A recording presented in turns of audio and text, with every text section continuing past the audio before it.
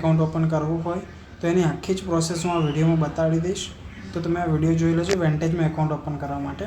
વેન્ટેજમાં account open કરવા માટે જેવી તમે આપણી લિંકથી ઓપન કરશો એવું જ તમને આવો ઇન્ટરફેસ જોવા મળશે. પહેલાં તો અહીંયાથી પહેલાં તમારે કન્ટ્રી સિલેક્ટ કરી લેવાની. અહીંથી કન્ટ્રી સિલેક્ટ કરી લઈ અહીંયા સ્ટેટ સિલેક્ટ કરી લેવાનું તમારે. અહીંથી સ્ટેટ સિલેક્ટ કર્યા પછી તમારે અહીંયા તમારું મેલ આઈડી નાખવાનું રહેશે.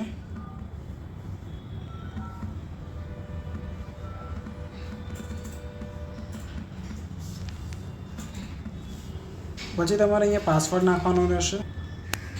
અહીંયા તમારે સ્ટોક મોડ્સ લખવાનું રહેશે રેફર્ડ બાયમાં. પછી તમારે અહીંયાથી એગ્રી કરીને ક્રિએટ એકાઉન્ટ પર ક્લિક કરી દેવાનું છે. તમે ક્રિએટ એકાઉન્ટ પર ક્લિક કરી દેશો પછી તમારે મેલ આઈડી પર ઓટીપી આવશે. જે ઓટીપી તમારે અહીંયા ટાઈપ કરવાનો રહેશે. તમે અહીંયા ઓટીપી ટાઈપ કર્યા પછી તમારે અહીંયાથી નીચે સબમિટ કરી દેવાનું. સબમિટ કર્યા પછી તમારે અહીંયા ફોન નંબર ટાઈપ કરવાનો આવશે. અહીંયાથી તમે મોબાઈલ નંબર ટાઈપ કર્યા પછી અહીંયાથી નીચે સેન્ડ ઓટીપી પર ક્લિક કરી દેવાનું. અહીંયાથી તમારા મોબાઈલ નંબર પર જે ઓટીપી આવ્યો છે સબમિટ કરવાનો રહેશે. જો તમારે કદાચ અહીંયા ઓટીપી નથી આવી રહ્યો તો તમે એપ્લિકેશનમાં ટ્રાય કરી લેજો. તો એપ્લિકેશનમાં ઓટીપી આવી જશે. તો આપણે અત્યારે એપ્લિકેશનમાં ટ્રાય કરી લઈશું. અહીંયા ઓટીપી આવી નથી રહ્યો એટલે હવે આપણે અહીંયા એપ્લિકેશનમાં લોગિન કરીને એપ્લિકેશનમાં ટ્રાય કરી રહ્યા છીએ. પછી ઓટીપી સબમિટ કર્યા પછી તમારે અહીંયા ડિટેલ્સ ફિલ કરવાની આવશે. તો તમારે અહીંયા ડિટેલ્સ ફિલ કરી દેવાની અને પછી નીચે સબમિટ આપી દેવાનું. પછી તમારું સેટઅપ એકાઉન્ટ પર જતું રહેવાનું.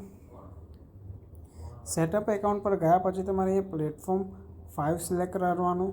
અહીંયા જઈને તમારે સ્ટાન્ડર્ડ એસટીપી સિલેક્ટ કરી દેવાનું. એકાઉન્ટ કરન્સી તમે યુએસડી રાખી શકો છો. અહીંયાથી આઈએનઆર પણ કરી શકો છો. યુએસડી રાખી શકો છો. યુએસડી રાખી દેવાનું.